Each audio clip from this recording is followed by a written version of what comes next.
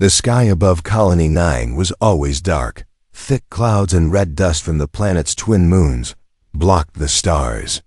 No one had seen Earth in 73 years. The humans living there had almost forgotten what blue skies looked like. Captain Joran stood at the edge of the cliff, looking down at the colony's lights.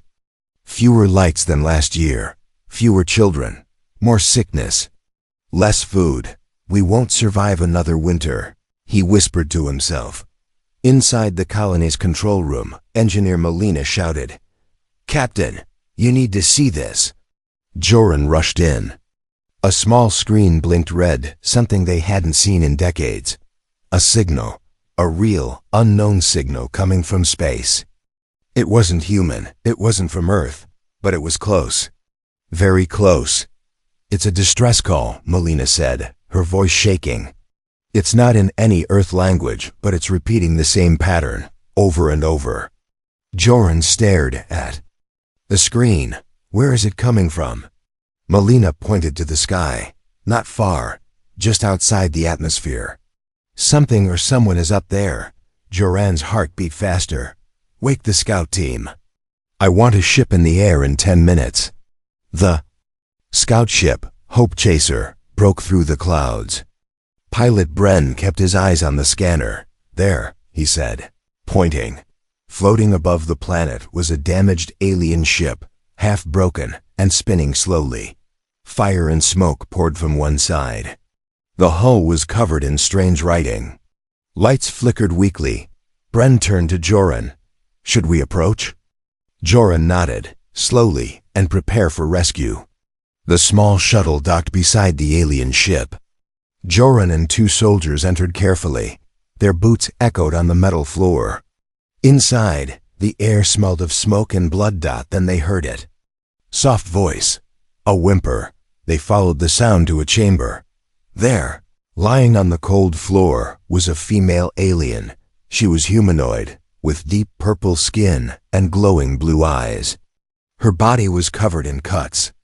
Her breathing was weak, but her eyes opened slowly as she saw them. Joran knelt beside her. "You're safe now," he said. The alien looked straight at him and whispered one word in perfect English. "Mate." Back at Colony 9, the alien woman lay in the medical room. Her wounds were healing fast, thanks to advanced tech left from Earth. She didn't speak much, but her body language said something else. She didn't fear the humans. In fact, she seemed drawn to them. Melina ran tests and found something shocking. "She shares 87% of our DNA," she told Joran. "Her species might be compatible with us for reproduction." Joran stared at her, confused. "You mean?" Melina nodded. "We may not die out after all." That night, the Colony Council gathered in secret. Only 12 members remained. "The birth rate has fallen to near zero," the doctor said. "Our women can no longer carry healthy children. The radiation has done too much damage. We need her," someone else said. "She may be our only chance." Joran didn't speak. He kept thinking about the alien woman's eyes, her voice. That one word, mate. Some council members protested. "This is wrong. We can't mix our blood with aliens." But the others knew the truth. Without children, humanity would die on this planet. Meanwhile, the alien woman, now called Syria, sat quietly in her room, watching the human children play through the window.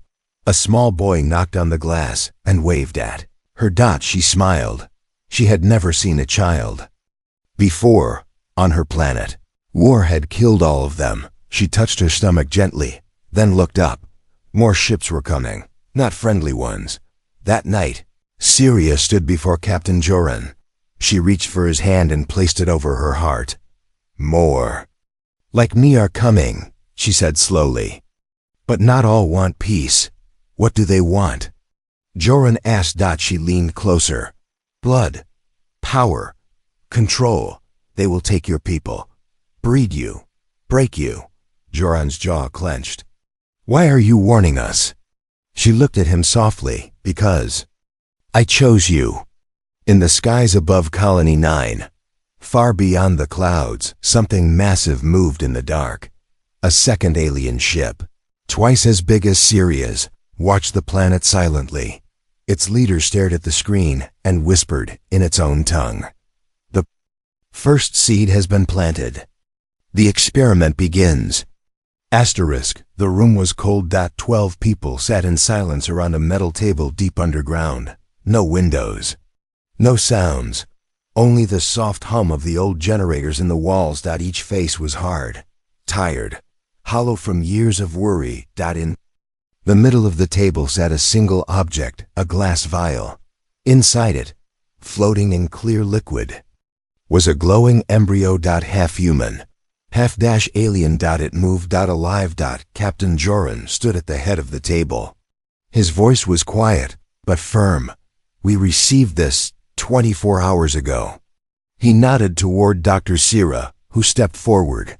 The embryo formed in a lab dish, she explained. No surgery, no pain. Just one sample from Syria and one from a human male volunteer. Within minutes, it began to grow. Murmurs spread through the room. Is it stable? Will it survive? Can it become one of us? Joran raised his hand to quiet them. We are not here to discuss science, he said. We are here to decide, do we use this technology to reproduce?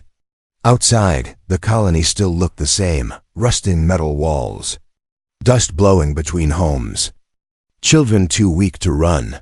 But something had changed in the air. Everyone had heard about Syria. Some feared her. Some whispered that she was a gift from the stars. Others called her a curse. Deep in the colony nursery, Nurse Kellen held a crying child. Too small. Too cold. Too sick. She looked around. 8 empty beds.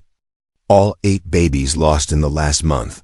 She closed her eyes and whispered, "We can't survive like this." Then looked up at the sky. Back in the council room, the vote had begun. They went around the table one by one. Life must go on. I vote yes. We can't mix our blood. No. This is our only chance. Yes. We don't know what that child will become. No. As the votes continued, Joran's thoughts drifted to Syria. He remembered her hand on his chest. Her soft words, her warning. More are coming. Aliens, enemies, allies? He didn't know, but one thing was clear without new life. The colony was dying. The vote ended. 6 said yes, 5 said no. All eyes turned to the last person. Elder Marin. She was the oldest human on Colony 9. Her body was weak, but her mind sharp as ever. Marin stood slowly. She looked at the embryo. Then at Joran. Her voice trembled, but her words cut like steel. Once we came to the stars with pride. We thought we would conquer the universe. But now we are the ones begging for survival. She touched the glass. Veiled gently. This child may be strange, but it is still ours. Still hope. She looked at the others. I vote yes. Joran took a deep breath. The decision was made. Project New Dawn was born. The first step in creating a future with alien blood and human hearts. In the medical wing, Syria sat alone, but she felt it. In her chest. In her mind, the vote had passed. She stood up and walked to the window. Far in the sky, 3 faint lights moved behind the clouds. Her people. But something was wrong. Only one of those ships belonged to her kind. The other 2 were from the Broketal. War creatures, raiders, hunters. They didn't believe in peace, and they would come. Later that night, a coded message came from space. A warning, a threat, written in 3 languages: Broketal, Syrian, and, somehow, ancient Earth Latin. Your wombs are not yours anymore. Captain Joran stared at the message. His hands trembled. He turned to his officers. Lock down the colony. Prepare defenses. Tell everyone. He looked up. War is coming. The scream didn't come from a woman. It came from a man. Private Elias dropped to his knees in the middle of the training yard, clutching his stomach. His body shook violently. Blood ran from his nose. His skin glowed faintly beneath the surface.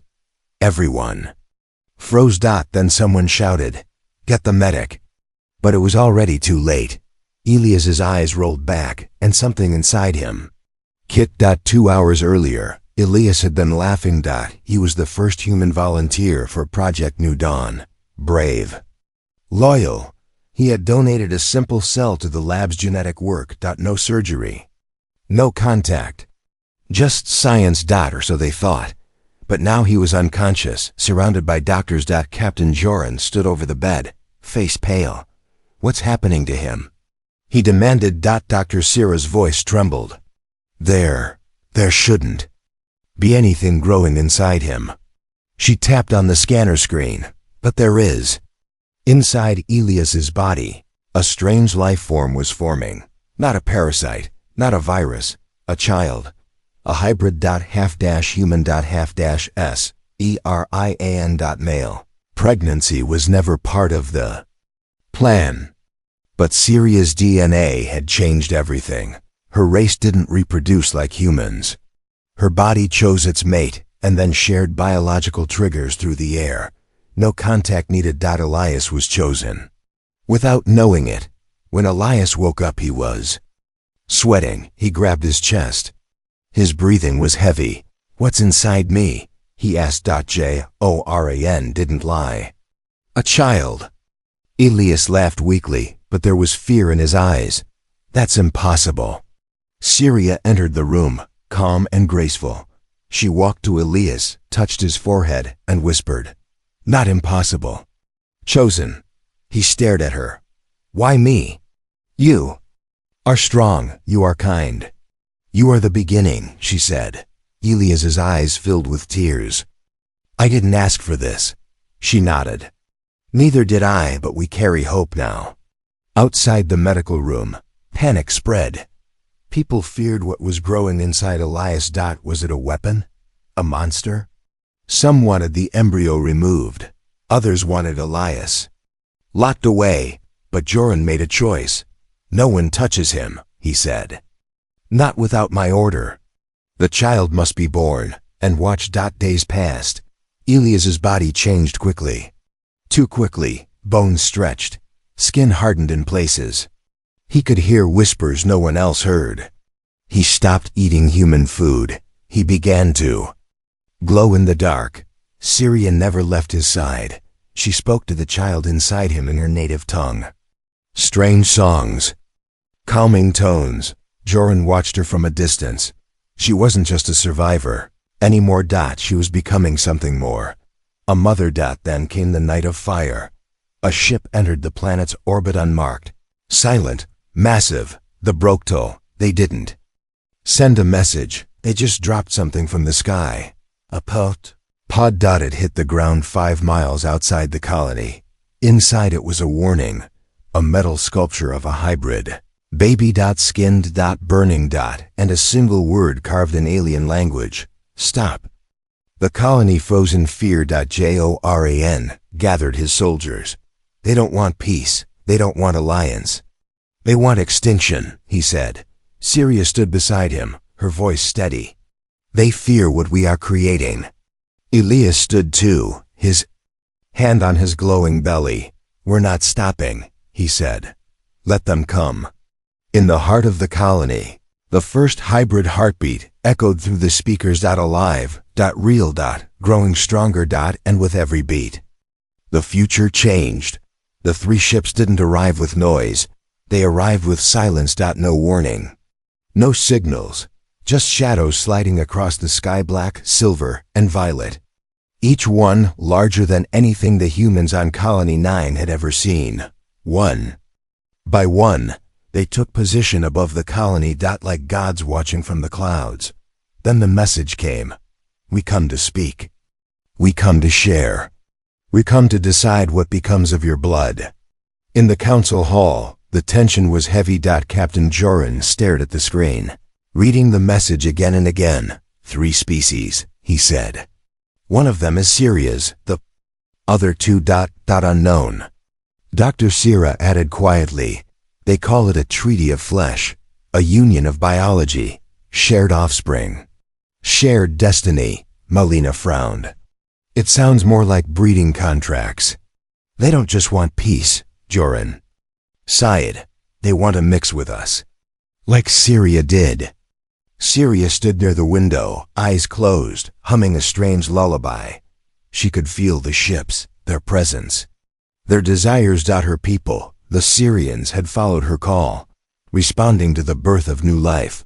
But the others? The silver ship belonged to the Tharn, a cold, crystal-skinned race with sharp minds but no emotions. The black ship carried the Malvith, creatures of shadow and hunger. Once enemies of Syria, now allies, or something worse. Syria opened her eyes. They don't trust each other, she said. But they all agree on one thing. Joran looked at her. What? They want your children. Later that evening, the alien envoys arrived. Not soldiers, not scientists, females, from each race. Each one tall, graceful, powerful, and pregnant. Syria explained, this is their way. Their leaders do not speak with words. They speak with life. Joran asked, then what do they want from us? Syria paused. Humans can breed across many genes. You're flexible, rare, valuable. Like livestock? Melina snapped. No. Syria said softly, like kings. The Treaty of Flesh and Stars was placed on the table, written in glowing runes. It offered three things: protection by the alien races, shared knowledge, healing tech, and food. The right to create hybrid children with selected partners. But there was a cost. The hybrids would not belong to humans. They would belong to the stars. Debates burned like fire through the colony. Some saw salvation. Others saw slavery. In the nursery, Nurse Kellen held a hybrid child in her arms, Elias's son. He had 4 fingers, glowing eyes. But he laughed just like a human baby. She whispered, what are you going to be when you grow up? Outside, protest signs appeared. Our wombs are not for sale. No forced mating. Keep our blood pure. Joran sat in the dark that night, alone with the treaty. Syria joined him, her presence calm. You fear the future, she said. I fear losing what makes us human. She looked at him. You fear the wrong thing. He looked up. You should fear being forgotten. Just before dawn, the Tharn envoy approached the gates. She held out her glowing hand, and behind her came children. 10 of them. Human. Rn. Started before the vote, she said. They are yours too. The gates of the stars were open now, and there was no going back. They met in the shadows, between the old water tanks and the broken solar panels, where no cameras watched and no rules reached. She was a soldier. He was an alien prince, and their kiss could start a war.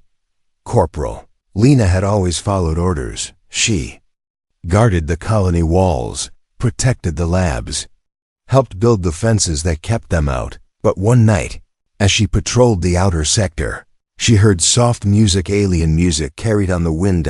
And saw him. Tall, pale, skin like moonlight, eyes like black stars.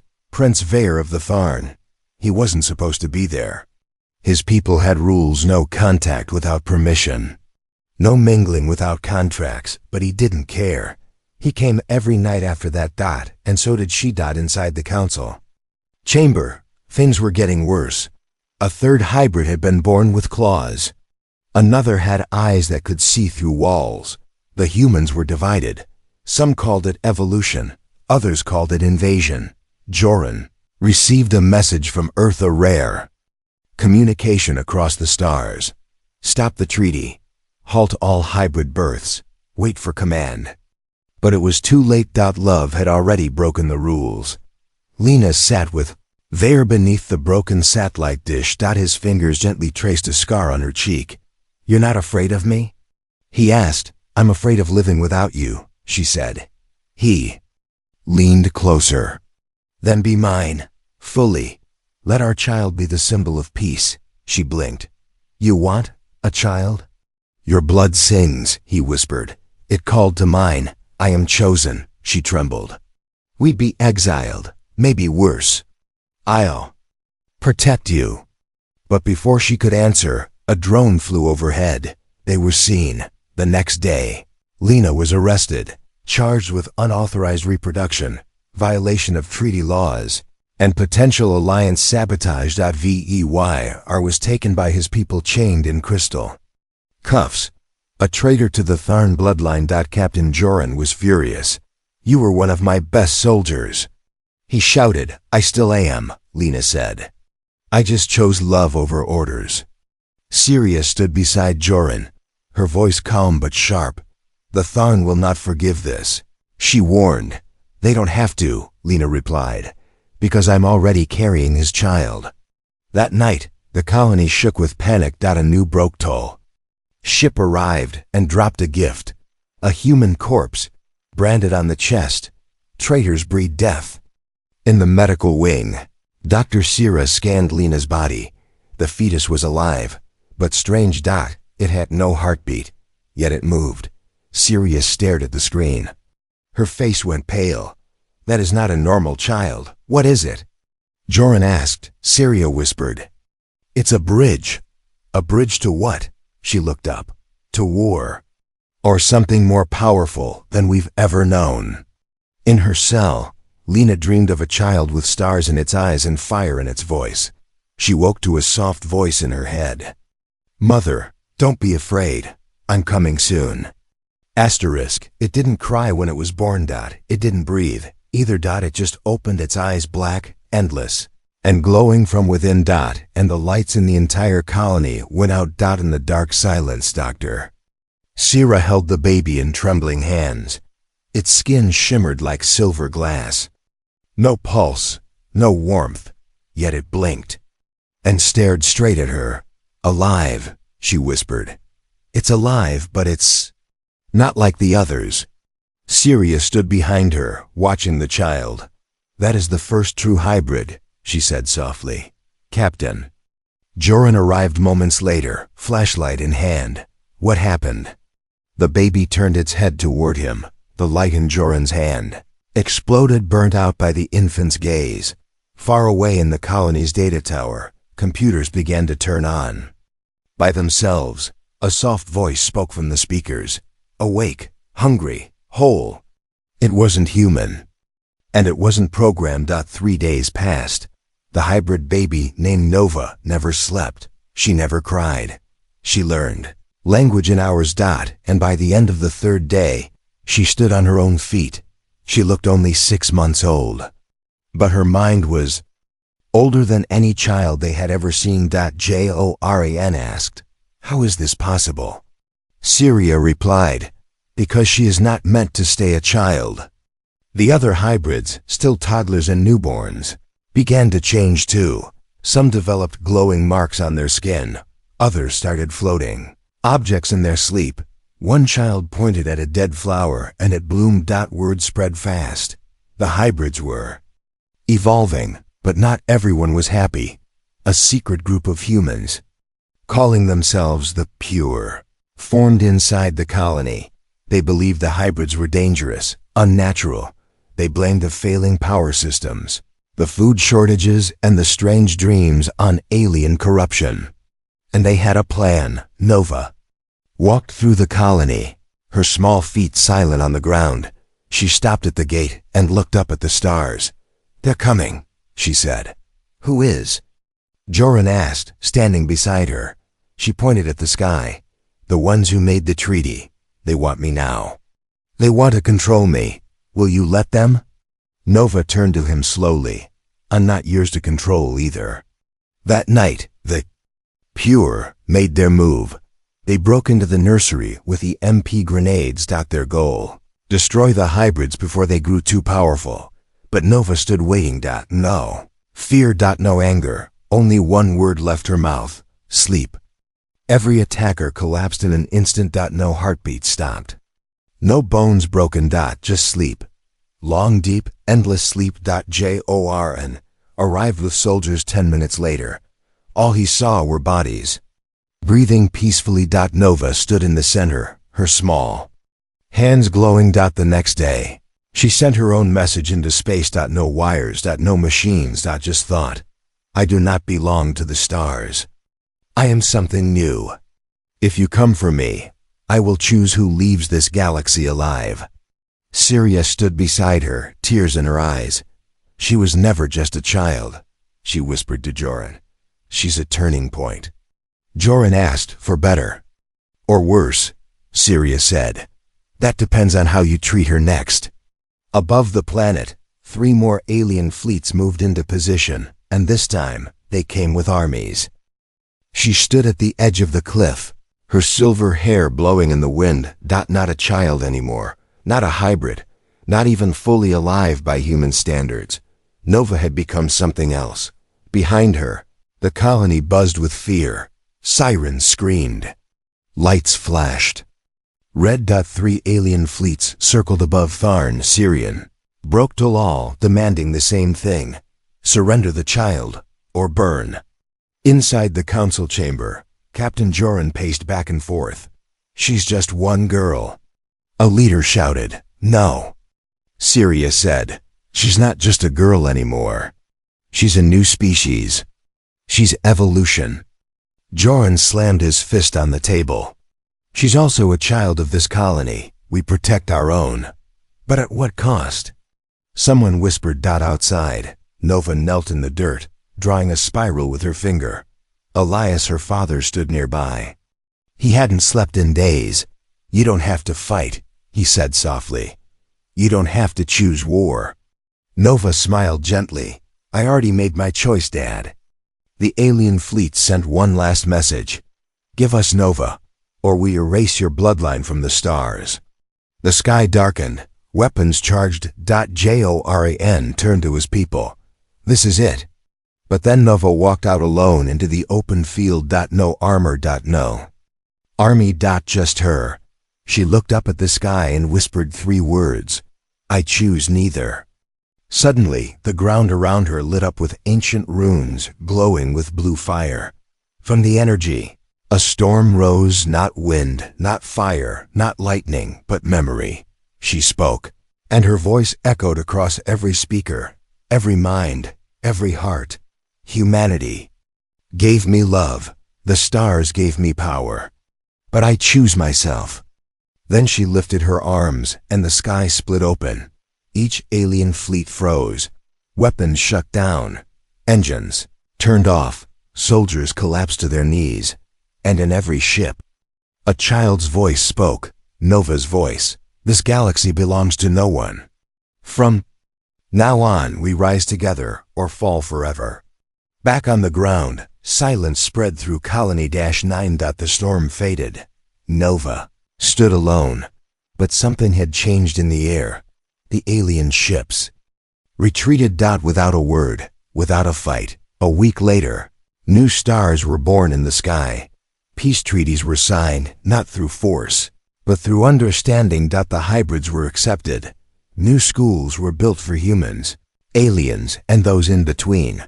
Captain Joran stepped down as leader. Elias raised his daughter with pride, and Syria watched over the young, finally at peace. As for Nova, she vanished one morning, walking into the hills beyond the colony with a smile. No one knows where she went. Some say she joined the stars. Others say she became one. But one message was left behind on a stone outside the colony. You were never just human. You were always becoming something more.